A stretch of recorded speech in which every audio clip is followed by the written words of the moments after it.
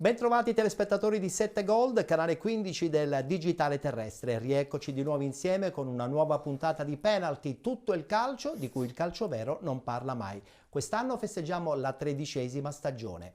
Puntata molto interessante perché oggi ospitiamo un allenatore che momentaneamente è al primo posto nel campionato di promozione Girone D. Parliamo di Attilio Sirigu. Salve, buonasera Ettore, Ben trovato. Molto piacere, grazie per l'invito. È un piacere perché arrivi da capolista attualmente in questa trasmissione di questo mercoledì. Dopo i risultati dell'ultima domenica, fortunatamente, grazie alla nostra vittoria a Catania col Villaggio Sant'Agata e il pareggio in contemporanea di Vittoria e Frigentini, anche noi siamo lì in vetta insieme a loro due. È un girone certamente molto impegnativo, c'è anche una quarta incomoda che potrebbe essere il Vizzini, insomma ogni partita diventa importante e pesante.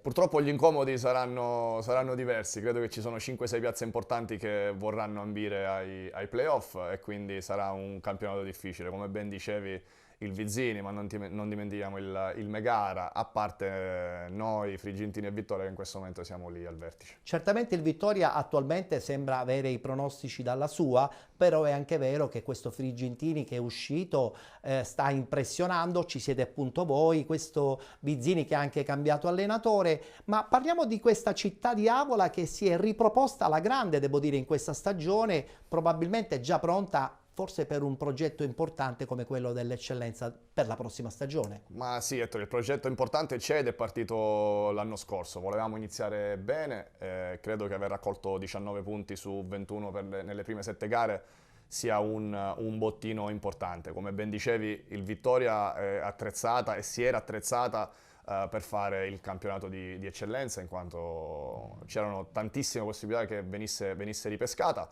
E così non è stato, quindi sono rimasti nel nostro girone e ovviamente sarà la squadra che farà la parte della... Beh, ha aumentato un po' anche il tasso tecnico dello stesso girone, no? Senza dubbio, e quindi quando dico che i loro 19 punti magari sono il frutto del loro giusto percorso, diciamo che per noi e Frigentini il percorso è assolutamente straordinario, perché come ti dicevo riuscire a fare così tanti punti per cercare di stare dietro al Vittoria è qualcosa di importante. Incideranno gli scontri diretti secondo te non tanto sull'andata ma soprattutto nel ritorno? Credo che se si delineerà comunque sia questa griglia di 5-6 squadre, poi in maniera del tutto conseguenziale gli scontri diretti saranno fondamentali. Domenica c'è stato il primo, appunto Vittoria Frigentini, finito per nostra fortuna in parità.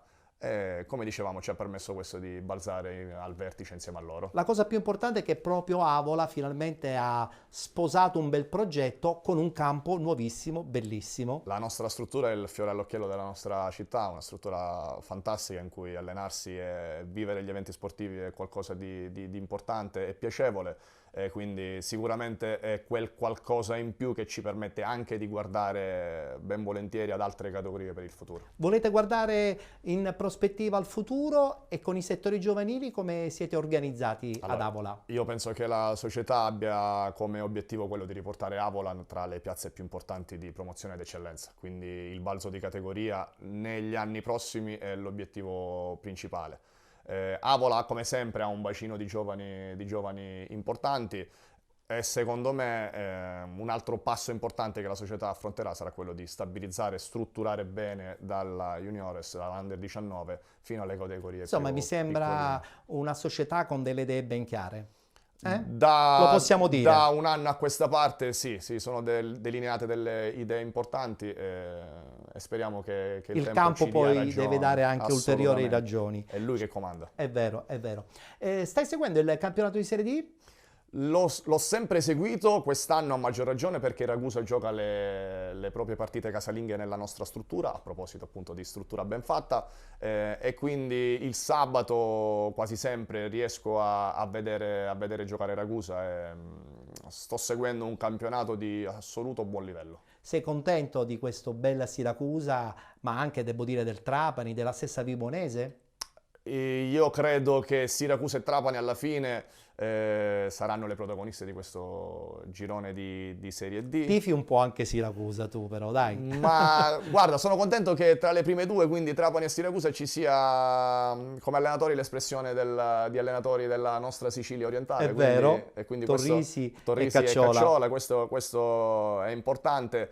Alla lunga Reggina permettendo, perché forse vediamo come riesce a strutturarsi nel tempo. Attenzione perché la sconfitta di domenica Esatto, ha creato è stato uno stop un po' importante. di polemica intorno a questo progetto di Reggio Calabria che chiaramente tarda a mettersi in moto perché ci vuole del tempo. Tu sei un allenatore, sai benissimo che assemblare tanti giocatori tutti in una volta è sempre molto difficile. Quando è così tutto in divenire, con il campionato già iniziato, è veramente dura, per questo in questo momento tendo ad escluderla dalla vittoria finale e tengo invece Siracusa e Trapani.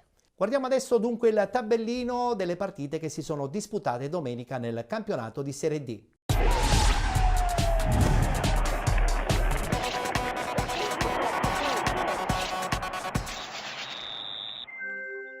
Si è giocata la settima giornata, eccola qui la schermata dei risultati. Vibonese Calcio batte Canicattì 3-1, Città di Aciriale batte Gioiese 1918 1-0, FC Lamezia Terme batte Licata 2-0, Città di Sant'Agata batte LFA Reggio Calabria 2-1, Locri 1909 Castrovillari 2-2, Nuova Egea Virtus batte Ragusa 2-0, Real Casalnuovo batte Acragas 3-2, Portici batte San Luca 2-1, FC Trapani batte San Cataldese 1-0, ha riposato il Siracusa. Abbiamo dunque una nuova capolista, l'FC Trapani in testa con 24 punti, 22 punti Siracusa, con 21 Vibonese Calcio, 16 punti Nuova Egea Virtus, 15 Licata Calcio e Città di Sant'Agata, 14 il Canicattì, 13 punti Città di Aciriale, 12 punti FC Lamezia Terme, Acragas e Real Casalnuovo, con 11 LFA Reggio Calabria San Cataldese, 10 punti il Ragusa, 9 punti il Portici, con 5 Locri 1909, 4 punti il San Luca, 3 punti Gioiese 1918, chiude la classifica il Castrovillari con un punto. Si ritorna in campo domenica prossima, domenica 29 di ottobre, guardiamo subito il tabellino degli incontri. Acragas Canicattì, Castrovillari San Cataldese, Gioiese 1918 FC Lamezia Terme, Licata Calcio San Luca, Ragusa Calcio LFA Reggio Calabria, Vibonese Calcio Locri 1909, Città di Sant'Agata Città di Aciriale, FC Trapani Nuova Egea Virtus, Portici Siracusa Calcio, riposerà il Real Casalnuovo.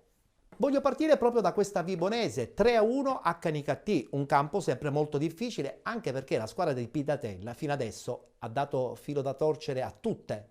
Ed è una delle squadre che sono riuscito a vedere ad Avola, in quanto qualche settimana fa c'è stata appunto Ragusa. Ti è piaciuta? Canicattì, ed è una squadra molto quadrata, molto compatta, gioca un buon calcio. Quella domenica giocarono con una difesa a 3 ben strutturata, con degli spunti tattici assolutamente di livello, quindi mi ha sorpreso questo. Quindi onore alla Vibonese, che conferma la sua forza. La sua forza, ha fatto 3 punti veramente importanti in un campo difficilissimo. Guardiamoci l'intervista post partita proprio a Pidatella.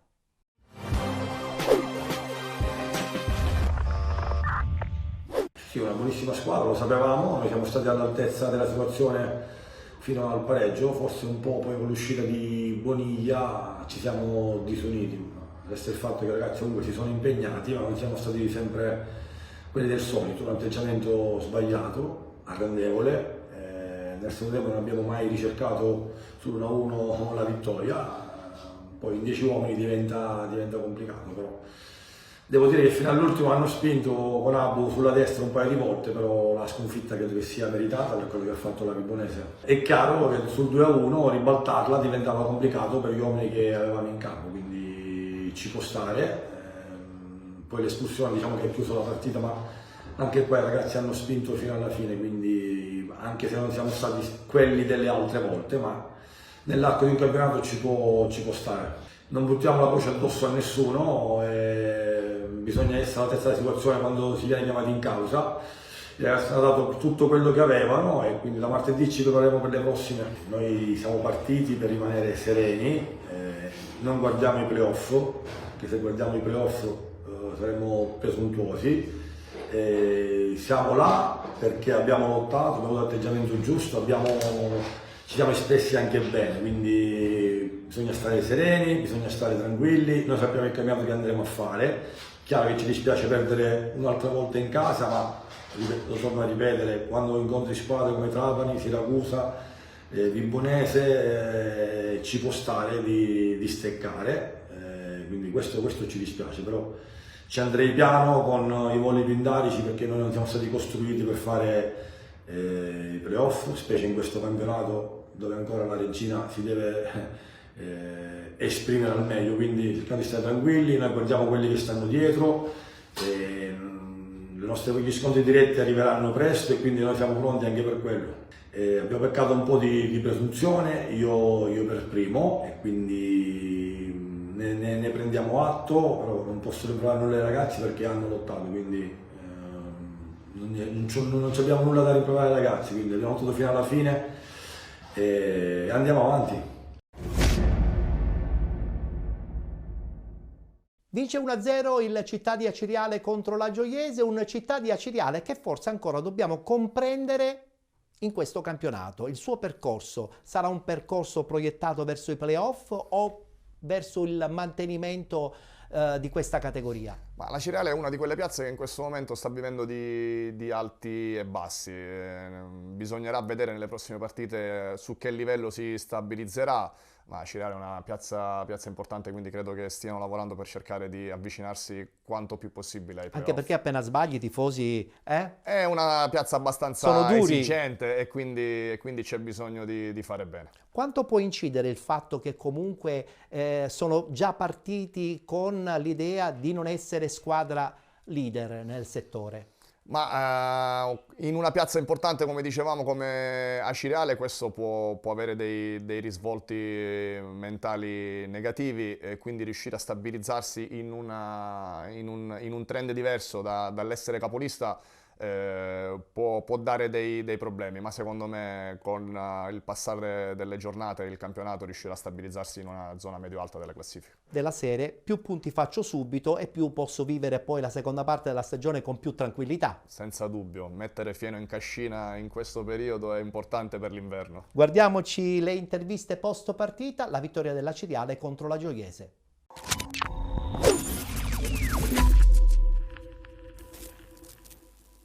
Abbiamo rischiato soltanto una volta su una ripartenza loro, il secondo tempo infatti ho messo mondo aperto per avere un po' più di qualità, perché in queste partite vuoi o non vuoi i giocatori con personalità e qualità ti devono dare quel quid in più che purtroppo adesso noi non abbiamo, però ho visto voglia, ho visto intensità, voglia di vincere la partita, anche se in maniera confusionaria tante volte abbiamo sbagliato tante cose. Però ai ragazzi avevamo chiesto la vittoria, sapevamo che era difficile contro una squadra arroccata e vuoi non vuoi quando queste partite la giocata del singolo, la giocata della qualità, la giocata importante deve uscire, noi purtroppo siamo stati un po' troppo lineari, tante volte anche un po' confusionari, però dai, va bene così, una vittoria importantissima per noi.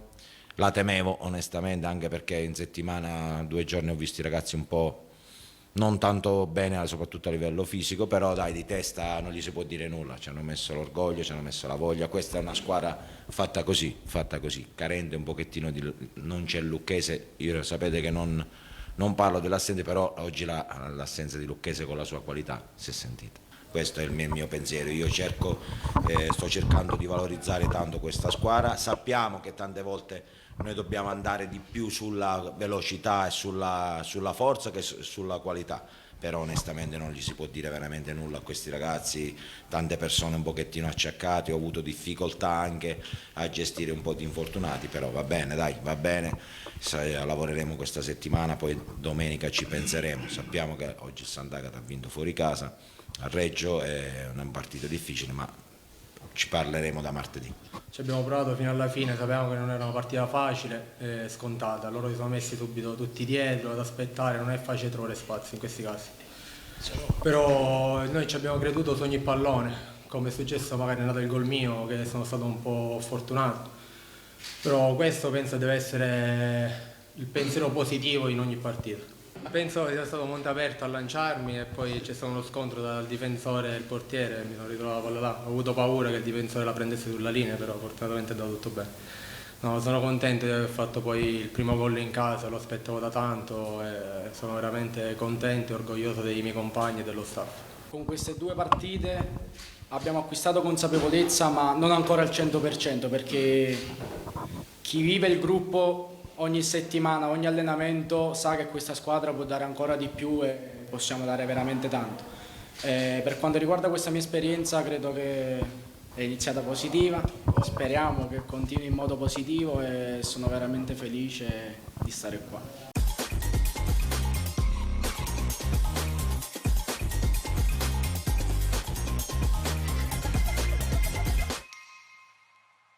È andata male alla Licata di Romano e sappiamo benissimo che quando il Licata perde perché evidentemente dall'altra parte c'è una squadra forte ed interessante. Il Lamezia Terme è partito un po' ad handicap in questa stagione, sta riconquistando pian pianino posizioni e guadagnando punti, cercando magari di riagganciare quella parte che probabilmente gli compete, una zona alta della classifica. Battere le squadre di Mister Romano, per come sono organizzate e compatte, è sempre difficile. Come ben dicevi, penso che comunque sia il Lamezia sia partito con l'intento di fare un campionato diverso rispetto a quello che le prime giornate hanno detto. Quindi il Licata secondo me ha perso una squadra quotata e che nel proseguo del campionato sicuramente risalirà le posizioni e si metterà in quella zona a ridosso dei playoff e potrà dare fastidio a tutti. È vero, perché poi dopo il discorso dei playoff, che non portano probabilmente ad una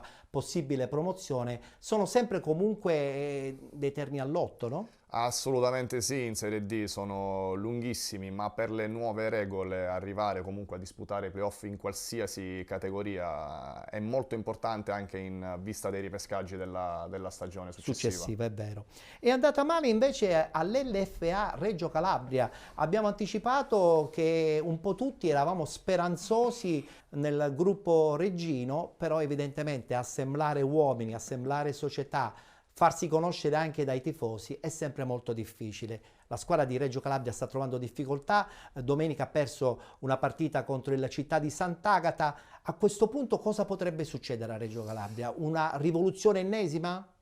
Credo di no al momento, anche se il gruppo che ha rilevato appunto la Regina è un gruppo molto ambizioso e quindi credo che abbia tutte le carte in regola per portare di nuovo la Regina tra i professionisti. Il problema è che poi tutti i nodi vengono al pettine e il campo, come dicevamo prima, non perdona. Poi ci sono gli avversari, esatto, giustamente. Essere partito così in ritardo comunque sia è un grosso handicap. Bisognerà trovare equilibrio perché il campionato di Serie D è un campionato difficile, nonostante si possa avere un budget importante per cercare di vincerlo, poi è sempre dura.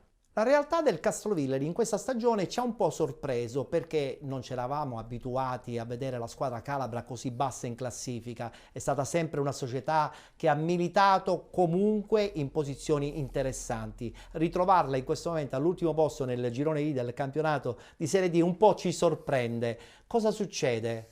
Cambiamenti di programmi? Storicamente il Castrovillari è stato sempre... Campo sempre molto difficile, sempre tra l'altro. difficile. Io mi ricordo ragazzino, il Castrovillari lo ricordo sempre in Serie D, quindi è una matricola storica di questo campionato. È un'altra di quelle squadre che sono riuscito a vedere ad Avola e ti devo dire che già alla prima di campionato il Ragusa vinse anche largamente. Mi aveva dato dei dubbi anche a livello organizzativo. Secondo me c'era qualche peccato scossa tutto questo, societaria, no? sì, qualcosa che non andava. E credo che sia una piazza che stia cercando di ripartire, però insomma anche a livello è sempre molto di rosa difficile, anche perché molto, poi molto... devi inseguire posizioni. Ma in un campionato così difficile anche a livello tecnico e tattico, se già parti con un passo indietro Hai fai difficoltà, fatica, fai sì. fatica. Guardiamoci comunque il pareggio che la squadra del Castrovillari ha conquistato nel campo del Locri. La partita si è conclusa 2-2.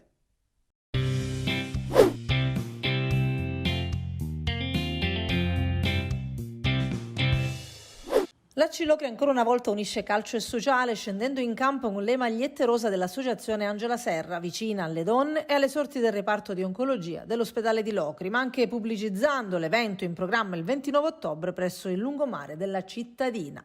Locri, al quale un punto non basta per evitare la contestazione Amaranto, finisce infatti 2-2 al Macri, vanificando il doppio vantaggio casalingo della prima frazione. E alla luce dello sviluppo tattico, il gioco del Castrovillari è risultato imprevedibile e disinibito, contrariamente appunto a quello contenuto, quasi pauroso di un Locri che si esalta e poi si accontenta.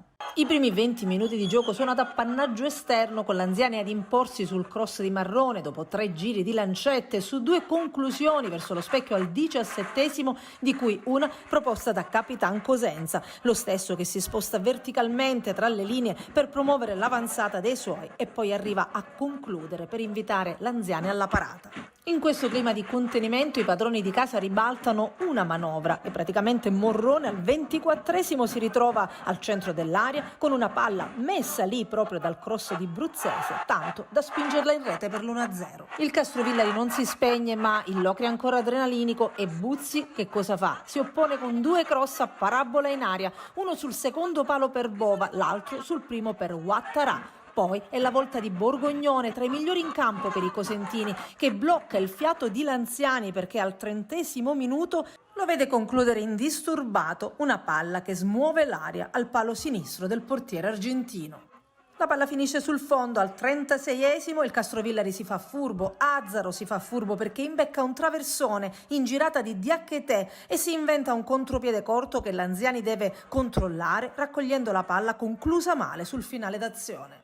Il Locri ancora a cavallo, al 42esimo Ouattara dalla destra sviluppa un traversone per il settore opposto dove c'è Buzzi che scivola ma riesce comunque a servire Bova, ma l'ex triestina impatta male e manda fuori. Al 45esimo Diacate dalla mezzaluna manda Ouattara in tuffo per impegnare Paticucci, altrettanto acrobatico. Al 47esimo calcio d'angolo e colpo di testa di Capitan Aquino, non ultimo protagonista della frazione perché anche il Castrovillari ha il tempo di capovolgere il fronte d'azione e stuzzicare Lanziani, ma al 50esimo, alla fine del recupero concesso dal direttore di gara, Diacate, dopo la punizione di Pasqualino e l'angolo conquistato, insacca con un tiro deciso che trova l'angolo propizio.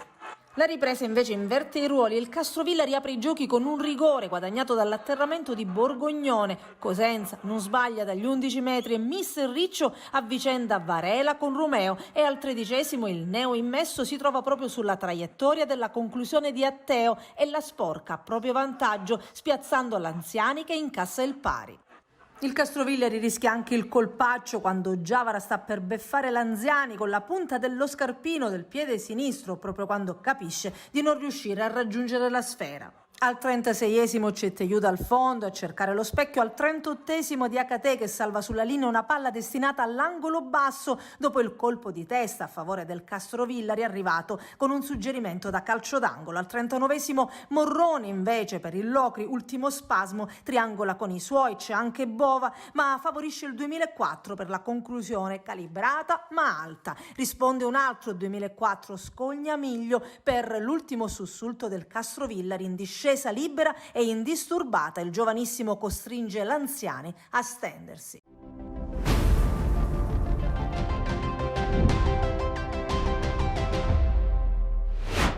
E veniamo adesso alla bella vittoria della nuova Igea Virtus 2-0 contro il Ragusa che tu conosci perché insomma vi allenate quasi in contemporanea nella stessa struttura di Avola. Sì, ti ripeto, riesco a vedere le partite del Ragusa perché giocano ad Avola in casa, qualche rifinitura sono riuscito. Me ne hai parlato bene però. Io credo che il Ragusa di Mister Ignoffo sia una di quelle squadre che al momento abbia raccolto meno di quello che e sono in molti a dirlo. Esattamente, quindi se non ci saranno grossi scossoni, e mi auguro di no, credo che alla lunga il lavoro del mister pagherà e riusciranno a raccogliere il dovuto. Attenzione, hanno perso a Barcellona Pozzolgotto contro questa nuova Egea Virtus che da un paio di settimane fa punti su punti. Adesso c'è anche l'arrivo di Gaetano, quindi altro tassello in più dal punto di vista tecnico. Una vittoria che li ha proiettati quasi a ridosso delle prime. Beh, pare che il cambio di allenatore abbia dato i suoi frutti, almeno dal punto di vista caratteriale, e quindi i risultati iniziano ad arrivare, le vittorie consecutive importanti,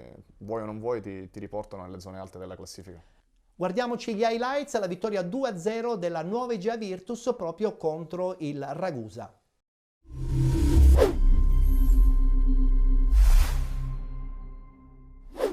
L'Egea Virtus continua la sua striscia positiva, batte il Ragusa ed inanella la terza vittoria consecutiva. I giallorossi del neotecnico Francesco Di Gaetano, che ha seguito i suoi dalla gradinata per motivi burocratici, dopo i successi con Gioiese e Sant'Agata, non concedono sconti nemmeno agli Iblei, che al Dal Contres Barone devono cedere ad una cinica formazione barcellonese. Un derby che l'Egea prova a sbloccare al 28esimo. Il tentativo di pallonetto di Isgro non sortisce l'effetto sperato. Vantaggio che per i giallorossi sembra cosa fatta al minuto 37, ma solo due super interventi di Freddi negano a Catanzaro la gioia del gol. Il Ragusa tenta la risposta che si concretizza al 42esimo con la botta di Romano, disinnescata in tuffo da Staropoli, ma un minuto dopo gli azzurri rimangono in 10 uomini quando Magri, già ammonito, commette fallo su Isgro, beccandosi dal signor Laugella il secondo giallo della sua partita e quindi la via anticipata degli spogliatoi. Nella ripresa l'Egea Virtus approfitta subito dell'uomo in più e al 56esimo la sblocca quando Catanzaro raccoglie un pallone vagante in area iblea e col sinistro fulmina Freddi, facendo esplodere di gioia i tifosi giallorossi. Per il classe 2004 ex Siracusa si tratta della prima rete in campionato. Locali che provano a chiudere i conti, ma la punizione di Longo al 58esimo e il sinistro di Isgro al minuto 69 non producono il raddoppio sperato. Poi nel finale proteste del Ragusa che al 92esimo vorrebbe assegnare un calcio di rigore su Maltese, ma il fischietto di Casale Monferrato dice di no. Azzurri che un minuto dopo reclamano anche un altro penalty per un contatto in area tra Franchini ed un avversario, ma anche in questo caso il direttore di gara lascia giocare tra le proteste della formazione ospite e sulla ripartenza i barcellonesi in una classica azione di ripartenza chiudono il derby quando Longo va via in velocità e da pochi passi mette alle spalle di Freddi, facendo così Egea Virtus 2 Ragusa 0 e per Longo si tratta della terza rete consecutiva in campionato, la sesta complessiva in 9 gare giocate. Con questo successo il quinto in campionato, terzo casalingo l'Egea Virtus sale in classifica a quota 16 punti e si porta solitario al quarto posto a +6 sulla zona play-out. Per i giallorossi domenica difficile trasferta al provinciale contro il più quotato Trapani.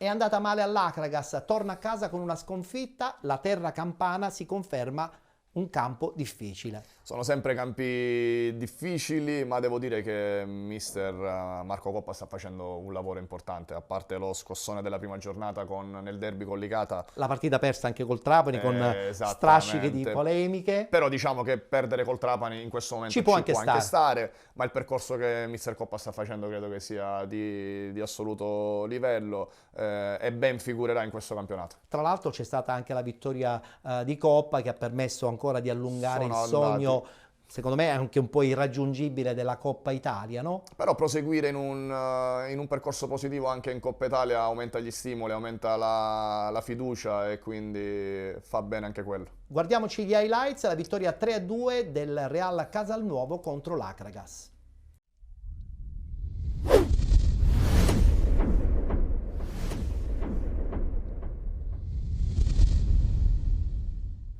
Il Real Casalnuovo vuole continuare a vincere al Domenico Iorio e lo fa al termine di una prova convincente contro l'Acragas, seguito anche da un nutrito gruppo di tifosi, ma i padroni di casa vogliono volare e lo fanno con una prova convincente. Subito il tentativo su punizione di Reginaldo con la risposta del portiere sorrentino e il team ospite che va vicino qui al gol con questa azione pericolosa firmata da Jama. Ancora il tentativo dalla distanza di Di Mauro con la palla che va non di molto lontano dalla porta difesa da Rossi. Attenzione qui a questa uscita di Sorrentino su Vivacqua. Per l'arbitro è tutto regolare, si continua a giocare, ma il Real Castelnuovo insiste e lo fa con questa opportunità targata Piga, che va a incunearsi verso l'area di rigore, calcia con il destro fiacco tra le braccia del portiere. Ancora un'opportunità per l'Akragas con Jama che fa tutto benissimo, l'assist al compagno però non è preciso. Arriva il vantaggio del Real Castelnuovo, splendida azione di Piga sulla sinistra, viene messo giù in area di rigore. Sul dischetto si presenta lo specialista Reginaldo, il capitano non sbaglia e trafigge il portiere avversario con un destro preciso nell'angolino. 1-0 per i Granata al minuto numero 35, prima dell'intervallo una clamorosa palla gol ancora per Reginaldo. Tutto nasce sempre da una splendida iniziativa di Vivacqua, il cross con Reginaldo, tutto solo che questa volta però spedisce alle stelle da pochi passi. E con le immagini andiamo al secondo tempo, tanti cambi. L'Akragas cerca di sorprendere Rossi con questa conclusione di Marale dalla distanza, ma è ancora il Real Castelnuovo ad andare a segno. Il lancio del portiere Rossi, l'azione in velocità di Vivacqua che va via sulla destra, testa alta, il cross sul secondo palo dove arriva Carnevale di testa. Splendida la sua incornata per il raddoppio dei Granata al minuto numero 7 della ripresa, l'esplosione di gioia con il tecnico casalnovese di Carnevale.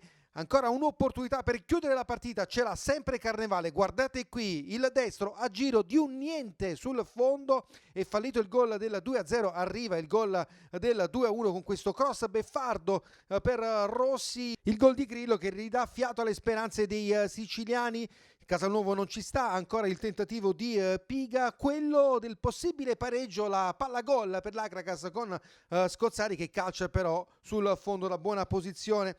E allora attenzione qui a questo fallo di Rechichi su Vivacqua, rosso per il difensore dell'Akragas, non sortisce effetti sperati la punizione e Dore fa le prove generali della terza rete che arriva al 90esimo, la risposta del portiere, il tappino vincente è proprio di Dore che realizza così il 3-1 dei Granata, partita chiusa. C'è ancora il tempo per gli applausi a Sarno che fa il suo debutto a Castelnuovo con la sostituzione data a capitano Reginaldo. E proprio al 95esimo questo calcio di rigore per l'Akragas, frutto di questa spinta in area di rigore, l'arbitro la vede, rigore trasformato da trombino per gli ospiti, ma c'è soltanto il tempo per raccogliere il pallone dalla porta, perché arriva anche il triplice fischio di chiusura del direttore di gara che sancisce la vittoria per 3-2 di un grande Castelnuovo contro l'Akragas.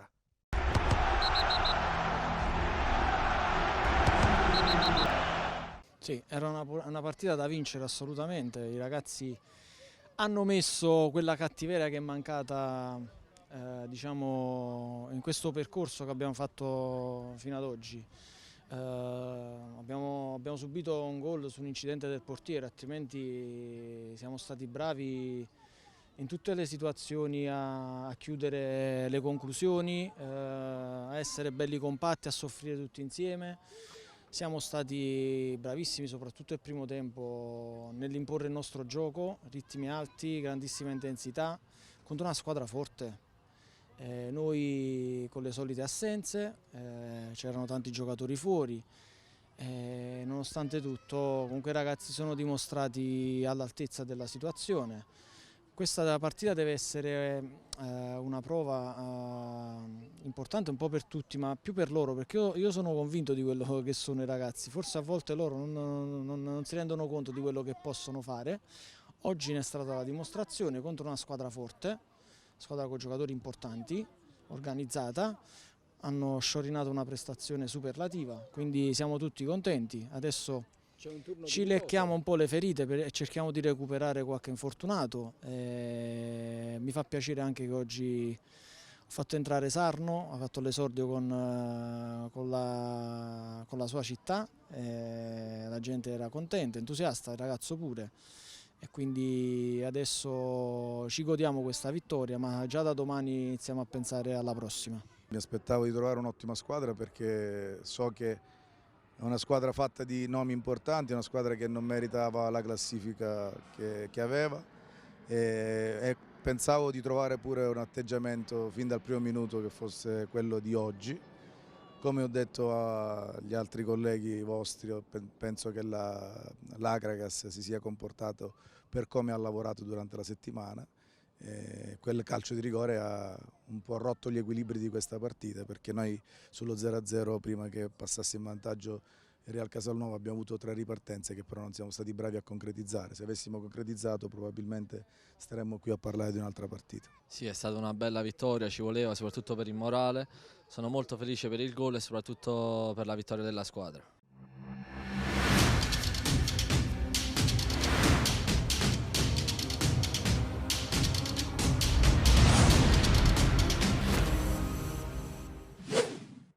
Vittoria del Portici 2-1 contro il San Luca.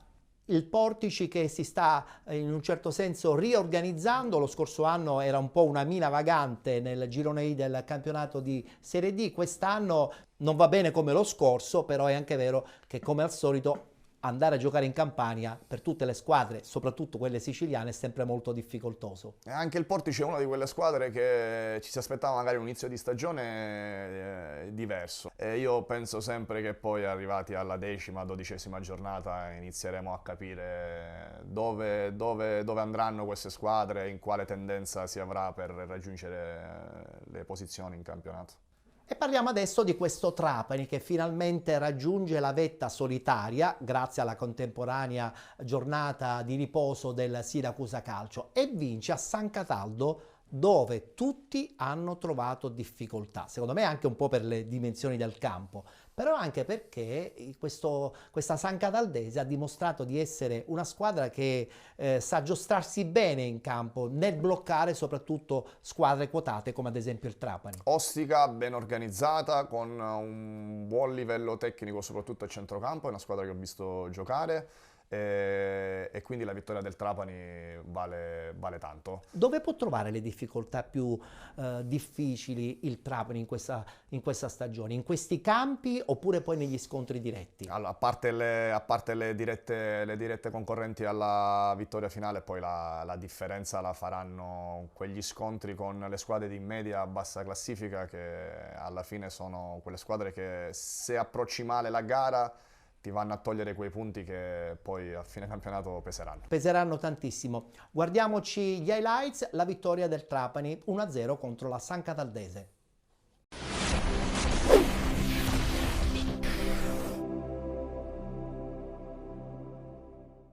Formazione padrone di casa reduce dallo 0-0 contro il Ragusa. Il Trapani di mister Torrisi ha strapazzato nell'ultimo turno il Logrico, risultato di 4-0. Vediamo i verde amaranto per affrontare questa sfida. Maravigna in porta, Scuderi, Lonigro, Fiumara e Parisi in difesa, Sino, Calabrese e Correnti a centrocampo, in avanti Zerbo, Mazza e Francofonte. Arbitra la partita il signore Enrico Eremitaggio, sezione di Ancona, assistenti Giuseppe Fanara di Cosenza e Luca Mocci, sezione di Oristano.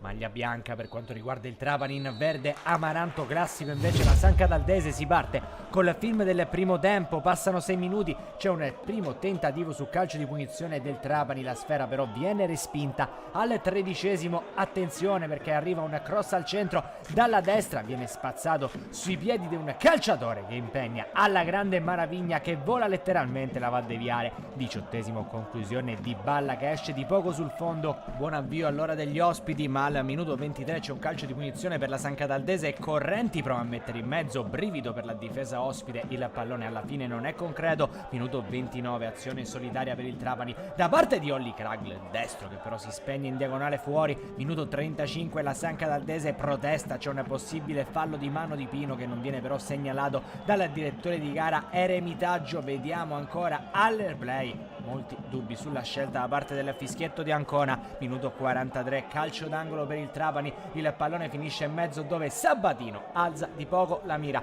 Finisce così invece il primo tempo al Valentino Mazzola di San Cataldo, ancora reti bianche tra San Cataldese e Trapani, il risultato è fermo sullo 0-0. La capolista ci sta 3 minuti a trovare il gol del vantaggio, il pallone finisce infatti tra i piedi di Kragl, la verticale meravigliosa per il movimento di Mascari che gonfia la rete con questo tentativo col destro a incrociare. 0-1 del Trapani, era entrato al posto di Cocco e ha subito deciso questo match. Arriviamo fino al 55esimo, la reazione da parte della San Cataldese con Mazza che riesce a lavorare bene il pallone fuori area di rigore, la mette per Franco Fonte che però calcia lentamente. Minuto 58, ancora Franco Fonte protagonista, spalle alla porta, riesce a girarsi, cerca con il mancino l'apertura in zona Sino, la stoppa bene, se la porta in area, conclusione col destro. Avrebbe meritato sicuramente miglior fortuna la San Cataldese in questa occasione. Al minuto 63 calcio d'angolo per il Trapani, c'è un tentativo di sponda, poi il colpo di testa che viene allontanato dalla difesa sulla linea,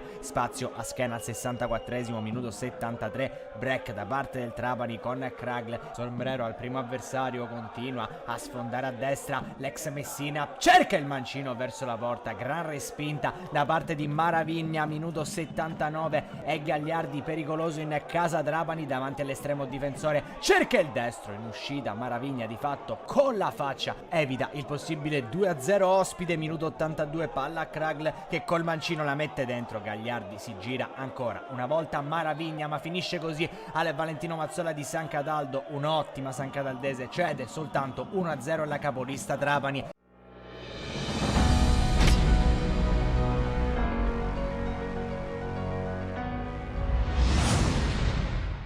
Abbiamo dunque concluso il quadro riguardante il campionato di Serie D. Allora, abbiamo capito che tifi un po' Siracusa, tifi anche comunque per il Trapani perché insomma sei un siciliano doc.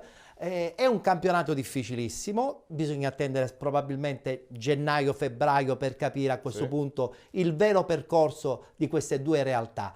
Non ti aspetti nessuna sorpresa quindi da parte della Vibonese? In questo momento credo che Trapani e Siracusa, confermo, siano avviate verso un percorso diverso. Ti dirò, tutte le siciliane non mi sono dispiaciute, sono ben piazzate e ben figureranno in questo campionato. Diciamo che quest'anno non dovremmo soffrire eventualmente come lo scorso anno, che molte squadre poi hanno addirittura giocato i play-out.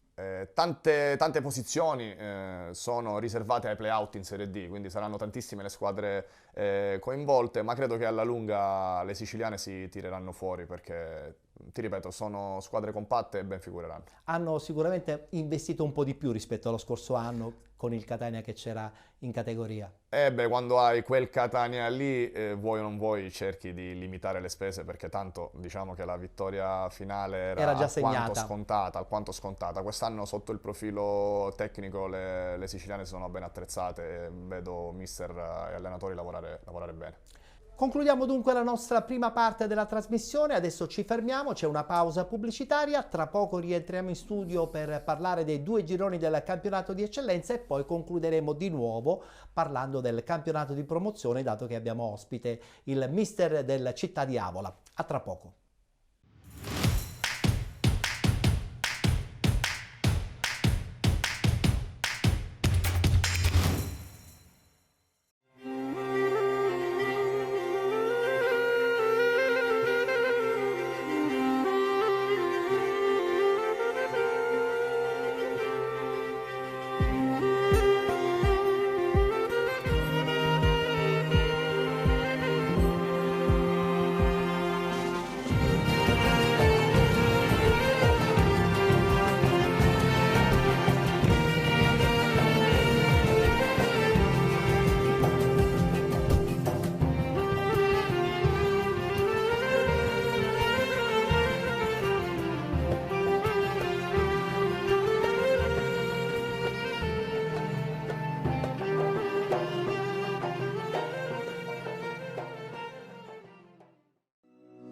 Benvenuti da Giada Immobiliare.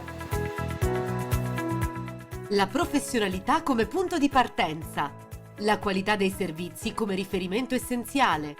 Tutto questo è Giada Immobiliare di Giuseppe D'Antone. Servizi di compravendita ed affitti, supporto per concessioni mutui e consulenza finanziaria. Ed inoltre assistenza partecipazione ad aste giudiziarie e consulenza tecnico-legale. Giada Immobiliare, via Etnea 734, Catania. Info 095 6174 981 oppure 095 6174 973. Visita il sito con le nostre proposte. www.giadaimmobiliare.it. Giada Immobiliare, insieme a te per comprare e vendere.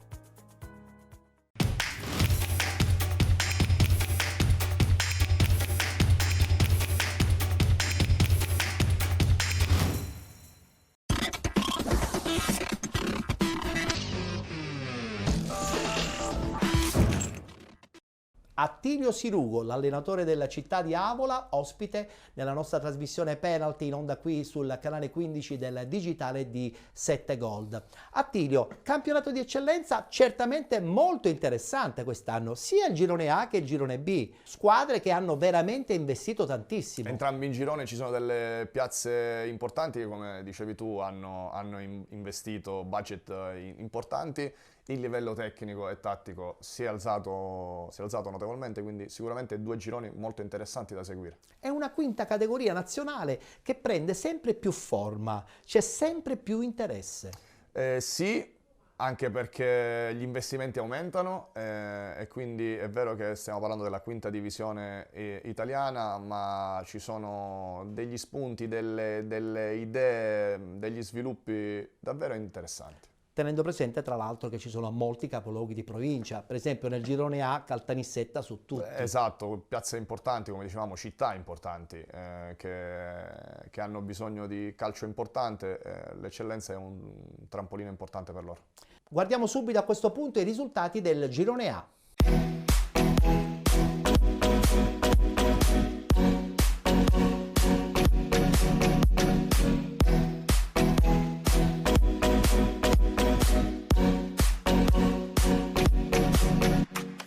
Si è giocata la 7ª giornata, guardiamo subito il tabellino. Athletic Club Palermo che perde in casa 1-0 contro il Mazzara 46. Castellammare batte Geraci 2-0. Mazzara, Oratorio San Cile e San Giorgio 2-2. Accademia Trapani batte Aspara 1-0. Folgore Castelvetrano, Unitas Sciacca 2-2. Profavara batte Fulgatore 1-0. Nisse FC batte Don Carlo Misilmeri 4-0. Super Giovane Castelbuono batte Casteldaccia 2-0. Conferma in testa per la squadra nissena guidata da Nicola Terranova, al primo posto con 19 punti, con 16 punti il Profavara, con 15 punti il Mazzara 46, 13 punti Folgore Castelvetrano, 12 punti Super Giovane Castelbuono, Athletic Club Palermo e Accademia Trapani, 9 punti Castellammare, 8 punti Oratorio San Cile e San Giorgio ed Unitas Sciacca, 6 punti Don Carlo Misilmeri e Casteldaccia, 5 Mazzara ed Aspra, 4 punti Geraci, chiude la classifica il Fulgatore con 3 punti. E parliamo di questa Nissa, primo posto in classifica, 19 punti, imbattuta, squadra che ha una grande voglia di abbracciare questa Serie D. Il presidente Giovannone, che abbiamo avuto ospite qualche settimana fa, ce lo ha confermato, l'obiettivo è dichiarato, non per niente è stata strutturata una società a 360 gradi e dal punto di vista tecnico anche l'arrivo di Terranova con alcuni suoi fedelissimi da Agrigento ha fatto sì che questa squadra effettivamente in questo momento rappresenta certamente una forza in questo girone B. I proclami societari parlano chiaro, l'arrivo di mister Terranova altrettanto, 6 vittorie e un pareggio, il campo anche lui dice la sua, quindi non manca niente a questa Nissa per confermarsi al momento insieme al Favara la squadra da battere. Lo può perdere soltanto Terranova questo campionato? Allora io dico sempre che il girone A di eccellenza è tra quelli più combattuti e che nascondono sempre più insidie, quindi vincerlo non è mai facile, neanche quando prendi uno staff tecnico di primissimo ordine, componi la squadra di una rosa di primissimo ordine, quindi insomma le insidie ci saranno sempre fino alla fine, ma come dicevo prima tutto al momento parla chiaro e parla a favore della Nissa. Dici bene Attilio. Guardiamoci il servizio, la vittoria appunto della Nisse FC 4-0 contro la Don Carlo Misilmeri.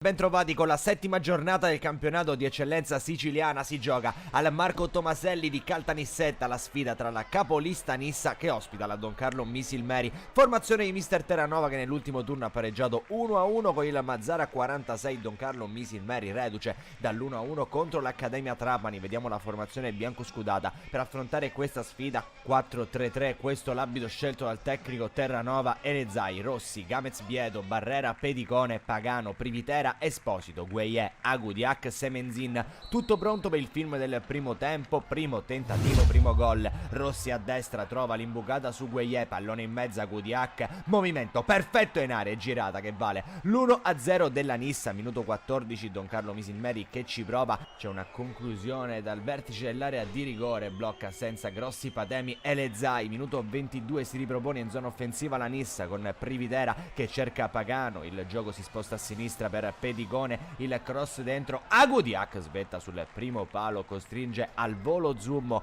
minuto 25, Nissa che troverebbe il gol del 2-0, viene però tutto annullato per presunta posizione di fuorigioco sul primo tentativo di cross di Privitera. Si resta sul risultato di 1-0 quando al 28esimo lo stesso Privitera manda Semenzin, fa secco un avversario, prova a metterla dentro, c'è una deviazione in calcio d'angolo, minuto 31, cross dalla sinistra, attenzione alla Nissa con Semenzin che si libera sul secondo palo, trova la deviazione giusta, quella che vale il 2-0, partita in discesa per i biancoscudati, quella al Tomaselli, al minuto 35 Gueye ancora in grande spolvero, salta il primo avversario, imbuca per Esposito, ghiotta chance per il tris, Esposito non riesce a sfruttarla al meglio, arriviamo fino al 42esimo, Rossi a destra cerca la combinazione con Semenzin che gliela restituisce e invece no, il cross sul secondo palo, Gueye in acrobazia, Zummo para e mette in corner, minuto 46, Pagano cerca e trova Semenzin, l'acuto dell'ex Agragas in area di rigore per la girata di Ivan Agudiak che trova il 3-0, la doppietta personale, il Toro come sempre si conferma attaccante di gran valore, finisce così il primo tempo al Tomaselli, Nissa che fin qui vince anche facile sulla Don Carlo Misilmeri, risultato che dice netto 3-0, minuto 52, gli ospiti ci provano con una conclusione che termina sul fondo, così invece sbatte sulla traversa al 55esimo la punizione di Privitera, minuto 68 Ferrara vuole Pastorella, dal limite dell'area si libera per il sinistro, pallone che si spegne fuori, minuto 74 la Nissa colpisce ancora, palla messa dietro per Pagano che gira il pallone perfettamente sul primo palo e il 4-0, un gol d'autore quello di Pagano che chiude una partita di fatto mai iniziata tra la capolista e la formazione biancorossa, minuto 80 la Nissa vorrebbe anche la quinta rete, deve però superarsi Zummo nell'occasione per evitare, per scongiurare l'ennesimo gol dei padroni di casa,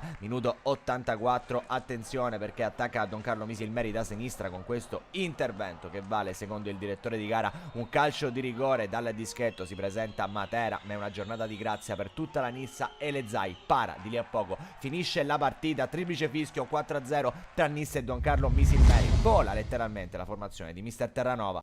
E voltiamo pagina perché adesso parliamo del girone B.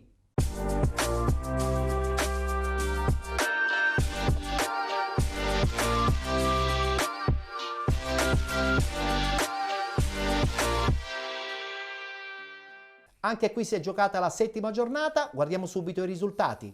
Mister Bianco 2011 batte Leonfortese 2-1, Real Siracusa Belvedere Ionica FC 2-2, Santa Croce Imesi Atletico Catania 94 0-0, Città di Gela batte Rocca Acquedolcese 2-1, Leonzio 1909 Modica Calcio 0-0, Mazzarone Calcio batte Messana 1966 7-0. Nebros che perde in casa 1-0 con il Milazzo ed infine Paterno Calcio batte Enna Calcio 2-1. Pareggia il Modica Calcio, si avvicina sempre di più il Paternò, ma guardiamo la classifica.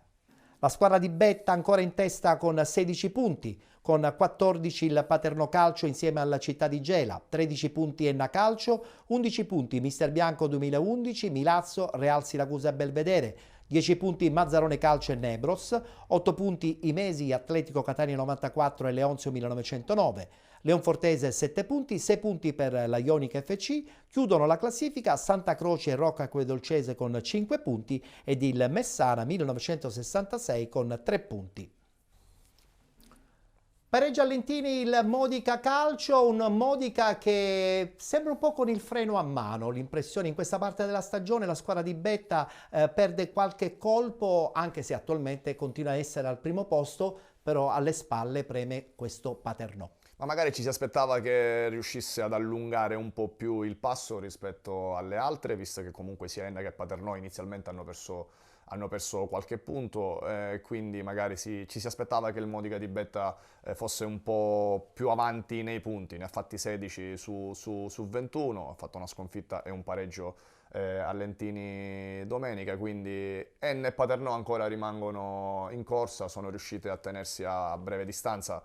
Sarà un campionato equilibrato, anche se come rosa a livello qualitativo in questo momento, secondo il mio parere, il Modica ha ancora qualcosina in più.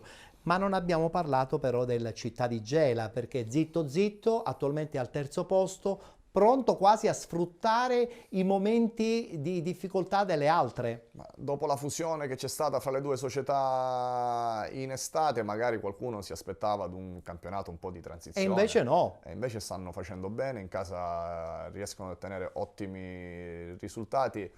Le prossime partite ci diranno se questo Gela può ancora rimanere in quelle zone importanti del campionato. E sappiamo benissimo che Gela merita ampiamente almeno la Serie D. Beh, parliamo di un'altra piazza storica che assolutamente la Serie D sarebbe il minimo indispensabile. Abbiamo parlato del Paternò Calcio, vince un big match contro l'Enna, che non è certamente una squadretta. Vincere questo big match probabilmente ha fatto capire un po' a tutti che il Paternò c'è. Raciti conosce bene la categoria, l'ha vinta e sappiamo benissimo che un'esperienza fondamentale in squadra come quella di Raciti può permettere probabilmente a questo Paternò di ritornare in Serie D, o la parola è troppo grande? Io credo che a Filippo non manchi niente per riuscire a riportare un'altra squadra in Serie D, sia a livello di personalità, sia a livello di conoscenza di calcio. Come ho detto prima, metto Paternò ed Enna insieme al Modica tra le tre squadre che alla fine Quindi questo passo falso dell'Enna non pregiudica comunque il percorso di Utro? Ma io penso che Enna-Paternò sia una di quelle partite in cui la tripla è obbligatoria, quindi ci stava qualsiasi risultato, perché come livello, secondo me, insieme al Modica sono tra le più quotate. Aspettiamo ancora qualche mese? Io penso che alla fine si delineeranno il percorso di quelle tre squadre, Modica, Enna e Paternò. Benissimo, abbiamo dunque concluso lo spazio anche del campionato di eccellenza. Voglio ritornare a parlare del campionato di promozione, proprio perché ne approfitto, dato che abbiamo l'allenatore del Città di Avola, attualmente primatista insieme alla Frigentini e alla Vittoria nel girone D del campionato di promozione. Attilio, poc'anzi abbiamo parlato sul fatto che il Mister Bianco 2011, proprio nel campionato di eccellenza, ha tenuto quel blocco anche quasi al completo nel campionato appunto che sta disputando. È un progetto che ti affascina anche con il Città di Avola? È un progetto che già abbiamo portato avanti dall'anno scorso, perché se l'anno scorso l'obiettivo era quello di salvare comunque il titolo di promozione, l'abbiamo fatto con 2 partite d'anticipo e quindi raggiungendo l'obiettivo in maniera abbastanza tranquilla siamo riusciti a mantenere un blocco di quasi metà rosa dell'anno scorso, tra l'altro quasi tutti avolesi, per poi andare a puntellare un nuovo gruppo di giocatori, soprattutto uomini, che hanno sposato in pieno quello che è i miei principi di calcio, le mie idee di saper stare nel gruppo, e quindi per adesso tutto sta andando bene. Sei ai primi anni da allenatore, hai un passato storico anche da calciatore. Voglio anche ricordare una tua vittoria ai Penalty Awards nel lontano 2016. Sì. E cosa è successo adesso da allenatore nel tuo credo calcistico? Sei un po' più comprensibile con gli allenatori adesso che sei allenatore, oppure poi alla fine sei rimasto calciatore dentro, sempre? Ma guarda, ti dico che quando fai il calciatore neanche minimamente immagini quello che costa ad un allenatore riuscire a gestire un gruppo, riuscire ad amalgamare 20 teste, ma soprattutto 20 anime. È qualcosa di profondamente importante che ti toglie tante energie. Cerco di farlo nel migliore dei modi, cerco di far stare bene il mio gruppo, cerco di inculcare loro quelli che sono le mie idee, i miei principi, Ti dirò che ho trovato un gruppo molto disponibile. Attenzione, anime dilettantistiche voi, perché non è che stai allenando dei professionisti, magari lo saranno nello spirito, ma non lo sono materialmente. Hai detto benissimo, dilettanti ma con uno spirito da professionista. Questo è quello che abbiamo cercato come profilo di ragazzi, come profilo di uomini, e per la pazienza e la disponibilità che mi stanno mostrando in questo momento sono contentissimo di quello che ho scelto. Quindi c'è soddisfazione anche per il lavoro fatto già dallo scorso anno e quasi stai raccogliendo i frutti, come hai detto bene tu. Credo che sia anche un merito della società, Ettore, perché ha creduto nel mio progetto, abbastanza coraggioso, ha creduto in quello che io ho cercato di prospettargli per i prossimi anni, mi hanno dato carta bianca e il campionato è lunghissimo. È lunghissimo. Sono passate ancora solo 7 giornate, però di questo primo blocco importante di partite ne abbiamo giocate 7 in campionato, 4 in Coppa, quindi già parliamo di 11 partite e ci riteniamo soddisfatti. Vi aspettano giornate intense. Non vediamo l'ora. Benissimo, grazie ad Attilio Sirigu e soprattutto in bocca al lupo per la stagione. Crepi, grazie mille per l'invito e una buona serata. Abbiamo dunque concluso la puntata odierna di Penalty. Come avete notato, alle mie spalle abbiamo già cambiato schermata. Adesso campeggia quella del premio giornalistico regionale Pietro Anastasi. A tal proposito vi do appuntamento per giorno 27 presso la sala Concita d'Agata del Centro Expo di Pedara alle ore 16 con ingresso gratuito. Con Penalty invece ci rivedremo mercoledì prossimo puntuali sul canale 15 del digitale terrestre di 7 Gold e in replica alle 21 sempre di mercoledì sul canale 19 di TVM Palermo. Grazie per essere stati con noi e appuntamento alla prossima settimana.